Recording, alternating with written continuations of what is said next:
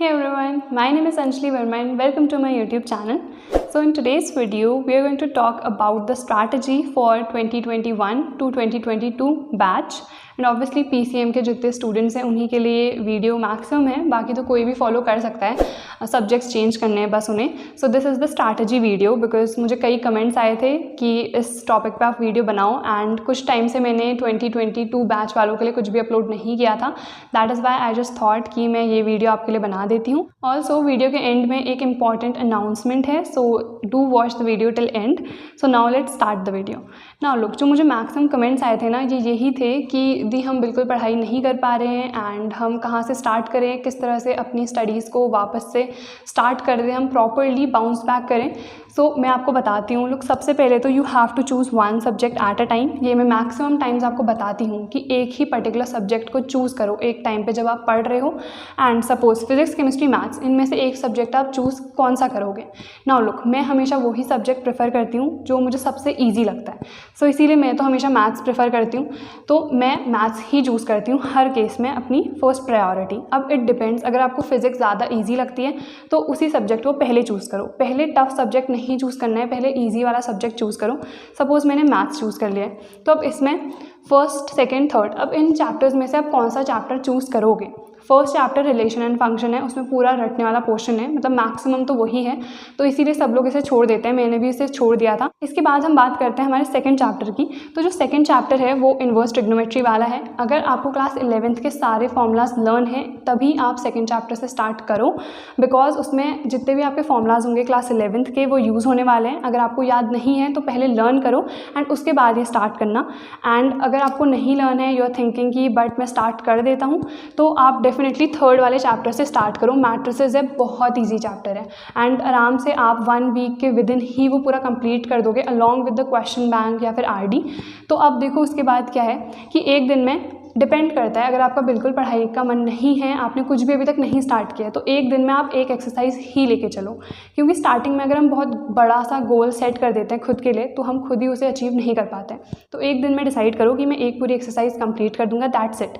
इससे बड़ा गोल अपने लिए मत सेट करो. बट अगर कोई ऐसा स्टूडेंट है जो ऑलरेडी पढ़ रहा है, सो डेफिनेटली उसे थोड़ा बड़ा टारगेट लेके चलना ही पड़ेगा ऑब्वियसली. बट जब मेरा पढ़ाई का बिल्कुल मन नहीं करता था तो मैं हमेशा ऐसे ही करती थी कि बस एक एक्सरसाइज एक दिन की करूँ, सो दैट मेरा जो मन है वो बन जाए कि हाँ अब पढ़ना है. उसके बाद मैं डे बाय डे वो इंक्रीज़ करती जाती थी. देन उसके बाद आपको क्या करना है, चूज़ कर लेना है, या फिर आप सिर्फ एक टॉपिक अगर फिजिक्स केमिस्ट्री का कर रहे हो या फिर एक पर्टिकुलर लेक्चर. तो इट डिपेंड्स कि आप किस तरह से अपना टारगेट सेट कर रहे हो.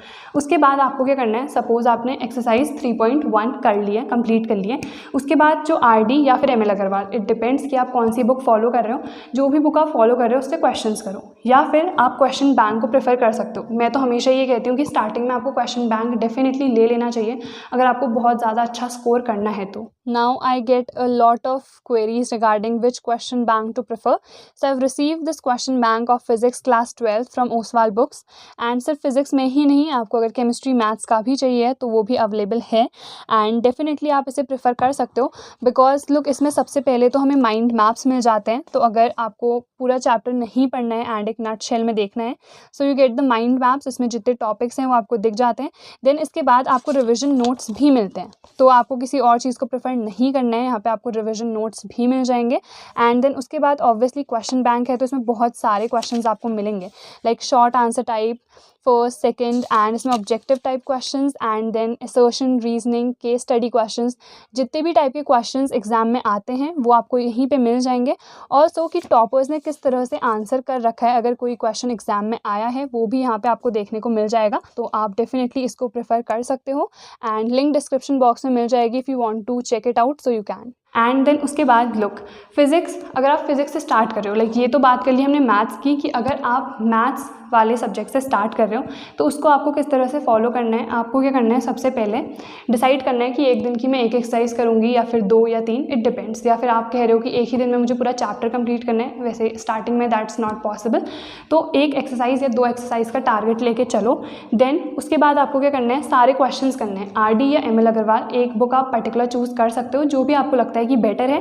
एंड कोई भी अच्छा सा क्वेश्चन बैंक आप प्रेफर कर सकते हो एंड उसके सारे क्वेश्चंस होने चाहिए। लाइक जिनको मैं ट्यूशन्स पढ़ाती हूँ तो मैं क्या करती हूँ, एक पूरा चैप्टर जब हमने कंप्लीट कर लिया हो उसके बाद हम डायरेक्ट क्वेश्चन बैंक के जितने क्वेश्चंस होते हैं वो सारे करते हैं एंड उनमें से आपको एक भी क्वेश्चन नहीं छोड़ना है। अगर कोई डाउट है तो ऐप्स यूज़ कर लो, कितने सारे ऐप्स आपके लिए फ्री में अवेलेबल हैं जिसमें आप अपने डाउट्स पूछ सकते हो। तो कोई भी ऐप आप इंस्टॉल कर लो एंड वहाँ पे आप अपना क्वेश्चन आराम से सॉल्व कर सकते हो उसके बाद। देन उसके बाद लोग अगर आप फिज़िक्स से स्टार्ट कर रहे हो तो आपको क्या करना है, पहले लेक्चर वॉच करना है। मुझे पता है मैक्सिमम जितने भी स्टूडेंट्स हैं कोई भी अपने ऑनलाइन क्लासेस में नहीं पढ़ता है, तो एक पर्टिकुलर यूट्यूब चैनल आप ढूंढ लो, उसमें आप एक लेक्चर देखो एक दिन का। जब आपने वो लेक्चर देख लिया है उसके बाद आपको क्या करना है, नोट्स बनाने हैं। नाउ मैंने स्टार इसलिए मार्क कर रखा है क्योंकि नोट्स मोस्ट इंपॉर्टेंट है। I have been telling this on all my videos that notes are very important and they are most important. जब आप रिवाइज़ कर रहे होगे ना तो आप पूरी बुक रिवाइज़ नहीं कर सकते हो, उस टाइम पे नोट्स ही हेल्पफुल होते हैं। एंड मैं हमेशा यही प्रेफर करती हूँ कि अपने खुद के नोट्स बनाओ। दो अगर आपको हेल्प चाहिए तो मैंने अपने सारे नोट्स अपलोड कर रखे हैं ऑलरेडी मेरे यूट्यूब चैनल पे एंड कुछ वन शॉट वीडियोज़ भी अवेलेबल हैं। सो इन केस अगर आप चाहते हो कि आप मेरे नोट्स से पढ़ो तो आप मेरे नोट्स भी डाउनलोड कर सकते हो, बट मैं हमेशा खुद के नोट्स से पढ़ना ही प्रेफर करती हूँ। सो डेफिनेटली आप भी अपने नोट्स खुद के बनाओ। देन उसके बाद आपको क्या करना है, उन्हीं नोट्स से पढ़ना है। आपने पहले लेक्चर वॉच किया, देन अपने नोट्स बनाए एंड उसके बाद आपको सिर्फ उन नोट्स से पढ़ना है। आपको ये नहीं करना है कि इतनी सारी चीज़ें आपने अपने सामने खोल दी हैं एंड उन सबसे आप पढ़ रहे हो, फिर बहुत ज़्यादा कन्फ्यूजन होगा। आपको क्या करना है, लेक्चर वॉच करना है, नोट्स बनाने हैं, उन्हीं नोट्स से पढ़ना है। देन अगर आपको कोई क्वेश्चन करना है उसके लिए you can prefer the question bank. अब नोट्स किस तरह से बनाने हैं, कौन सी बेस्ट रेफरेंस बुक हैं, इन सब पे मैंने ऑलरेडी वीडियो बना रखी है। इफ़ यू हैवंट वॉच तो आप वीडियोज़ देख सकते हो। एंड उसके बाद केमिस्ट्री में आपको सेम फॉलो करना है, यही कि आपने पहले एक पर्टिकुलर लेक्चर वॉच कर लिया, देन अपने खुद के नोट्स बनाए। एंड अगर आपको हेल्प चाहिए नोट्स बनाने के लिए किस तरह से बनाने हैं तो मेरे नोट्स से आप ले सकते हो हेल्प। देन उसके बाद उन्हीं नोट्स से आपको पढ़ना है एंड देन आपको क्वेश्चन सॉल्व करने हैं। नाउ लुक, जब तक आप सिर्फ पढ़ते जा रहे हो एंड आप कोई भी क्वेश्चन नहीं सॉल्व कर रहे हो तो उसका कोई फ़ायदा नहीं होता है। इसीलिए आपको क्वेश्चंस भी सॉल्व करते जाना है। जब तक आप क्वेश्चन बैंक नहीं करोगे तो आपको पता ही नहीं चलेगा कि किस तरह के क्वेश्चंस आते हैं। अब यहाँ पे भी दो चीज़ें आती है कि आप प्रीवियस ईयर भी प्रेफर कर सकते हो या फिर क्वेश्चन बैंक की जो पर्टिकुलर बुक आती है उसे भी प्रेफर कर सकते हो। क्वेश्चन बैंक स्टार्टिंग में इसलिए लेना चाहिए क्योंकि उसमें आपको एक ही चैप्टर जब आप कंप्लीट करते हो तो उसके जितने क्वेश्चंस प्रीवियस ईयर में आए हुए होते हैं वो सारे मिल जाते हैं। इसीलिए क्वेश्चन बैंक स्टार्टिंग में आपको प्रेफर करना चाहिए। प्रीवियस 10 ईयर क्वेश्चन पेपर्स तो डेफिनेटली करने हैं, बट वो जब आपका पूरा कोर्स कंप्लीट हो जाए तब आप स्टार्ट कर सकते हो, बट अभी आपको क्वेश्चन बैंक ही प्रेफर करना है। देन उसके बाद one subject at a time, मैंने आपको बता दिया कि एक ही सब्जेक्ट आपको लेना है। लाइक ये मेरा पर्सनल ओपिनियन है। मैं सपोज मैंने मैथ्स चूज़ कर लिया कि मुझे मैथ्स करनी है तो मैं पहले पूरा एक चैप्टर कंप्लीट कर देती हूँ, देन उसके बाद मैं किसी और सब्जेक्ट पे जंप करती हूँ। उसके बाद लाइक मैंने फिजिक्स कर ली, उसके बाद केमिस्ट्री कर ली। तो इट डिपेंड्स, अगर आप एक दिन में 2 या 3 सब्जेक्ट्स लेके चलना चाहते हो तो आप वैसे भी डेफिनेटली कर सकते हो, बट दिस इज समथिंग जो मैं खुद करती हूँ तो बस मैं वही आपको बता रही हूँ। देन उसके बाद to do list. Now to do list most important है। अब इसका क्या मतलब है कि सपोज आपने डिसाइड कर लिया है कि मुझे आज एक पर्टिकुलर एक्सरसाइज कंप्लीट करनी है या 2 एक्सरसाइजेस, या फिर मुझे नोट्स बनाने हैं, ये वाला लेक्चर अटेंड करना है, तो वो टू डू लिस्ट में आप लिख लो। एंड फ़ोन में मत बनाओ, मैं हमेशा रिटन वाला ही प्रेफर करती हूँ। लाइक एक डायरी आती है छोटी सी, तो मैं उसमें अपने पूरे दिन का लिख लेती हूँ कि मुझे आज क्या क्या काम करना है। लाइक वीडियो एडिट करनी है या शूट करनी है या फिर ट्यूशन पढ़ाना है या फिर अपना पढ़ना है, तो मुझे उस पूरे दिन में जितने काम होते हैं वो मैं सारे नोट डाउन कर लेती हूँ। तो टू डू लिस्ट आपको डेफिनेटली बनानी है एंड उसमें मेंशन कर देना कि आपको सपोज फर्स्ट एक्सरसाइज करनी है तो आपने वो मेंशन कर दिया कि आपको फर्स्ट एक्सरसाइज करनी है। एंड दूसरे दिन आपको देखना है कि आपने वो कंप्लीट कर रखा है या नहीं कर रखा है, बिकॉज ऑब्वियसली अगर आपने टू डू लिस्ट बना रखी है तो सिर्फ वो लिखने से कुछ नहीं होगा, you have to execute it. आपको नेक्स्ट डे खुद चेक करना है कि आप क्या वो गोल जो आपने सेट किया था खुद के लिए वो अचीव कर पाए या नहीं कर पाए। अगर नहीं किया है तो उस दिन आपको डिसाइड करना है कि आज तो मुझे पूरा कंप्लीट करना है। डीमोटिवेट नहीं होना है, बट डेफिनेटली जो आपने गोल सेट कर रखा था उसे अचीव करना है।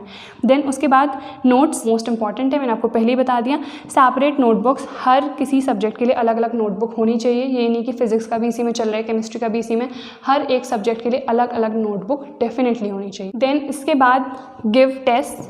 अब यहाँ पे 2 तरह के टेस्ट हो सकते हैं। एक तो जो आपकी टीचर्स लेती हैं आपके स्कूल में, सो वो टेस्ट आपको बहुत अच्छे से देना है। जब तक आप टेस्ट नहीं दोगे आपको पता नहीं चलेगा कि आप कितना अच्छे से परफॉर्म कर रहे हो। सपोज़ आपने सोच लिया कि ये पर्टिकुलर चैप्टर मुझे पूरा आता है एंड एग्ज़ाम में या फिर टेस्ट में ऐसा कोई क्वेश्चन आ गया जो आपको नहीं आता है, तो ऑब्वियसली आपका वो पूरा चैप्टर नहीं प्रिपेयर्ड है, तो इसीलिए आपको टेस्ट डेफिनेटली देने हैं।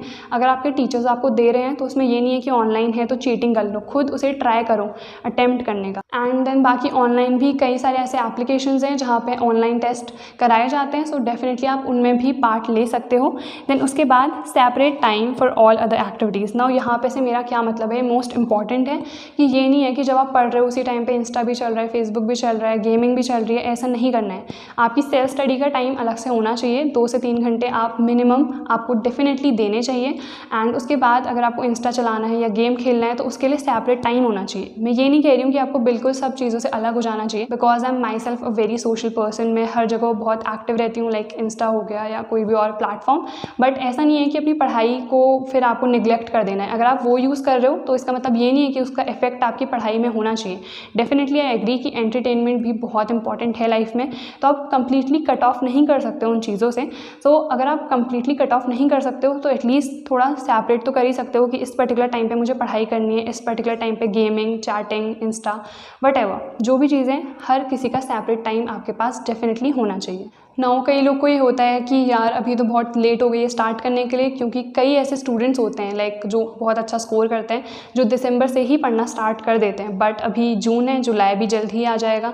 तो कई लोग ऐसे सोचते हैं कि बहुत लेट हो गई है। कोई लेट नहीं हुई है, बिकॉज ऑब्वियसली अभी से पढ़ के भी आप बहुत अच्छा स्कोर कर सकते हो। मैंने भी इसी टाइम पे, इवन मैंने तो अगस्त से पढ़ना स्टार्ट किया था। एंड उसके बाद कुछ लोग ऐसे होते हैं जो कि सोचते हैं कि यार अभी तो बहुत जल्दी है, हम बाद में ही पढ़ेंगे, अक्टूबर से पढ़ना स्टार्ट करेंगे। तो ऐसा भी नहीं करना है। अगर आपको अच्छा स्कोर करना है तो स्टार्टिंग से पढ़ना तो पड़ेगा ही, भले ही थोड़ा थोड़ा पढ़ो, बट पढ़ो, बिकॉज बाद में फिर बहुत ज़्यादा हेक्टिक हो जाता है कि आपको प्रीवियस ईयर्स भी देखने हैं, सैम्पल पेपर्स भी देखने हैं, क्वेश्चन बैंक भी देखने हैं, कोर्स भी कंप्लीट करना है, प्रैक्टिकल्स भी हैं, मॉडल्स भी बनाने हैं, तो बाद में बहुत हेक्टिक हो जाता है। इसीलिए अभी से प्रॉपरली पढ़ना आप स्टार्ट कर दो ना। उसके बाद मैंने आपसे कहा था कि एक इम्पॉर्टेंट अनाउंसमेंट है, तो वो यही है कि मैं वन शॉट्स नहीं अपलोड कर पा रही थी, या फिर आप लोग के लिए जो सिलेबस वीडियोज़ हैं वो नहीं अपलोड कर पा रही थी, बट मैंने सोचा कि मैं एक बार आप लोगों से पूछ लूँ, इफ़ यू वांट तो मैं डेफिनेटली वो वाली वीडियोस भी अपलोड करना स्टार्ट कर दूँगी।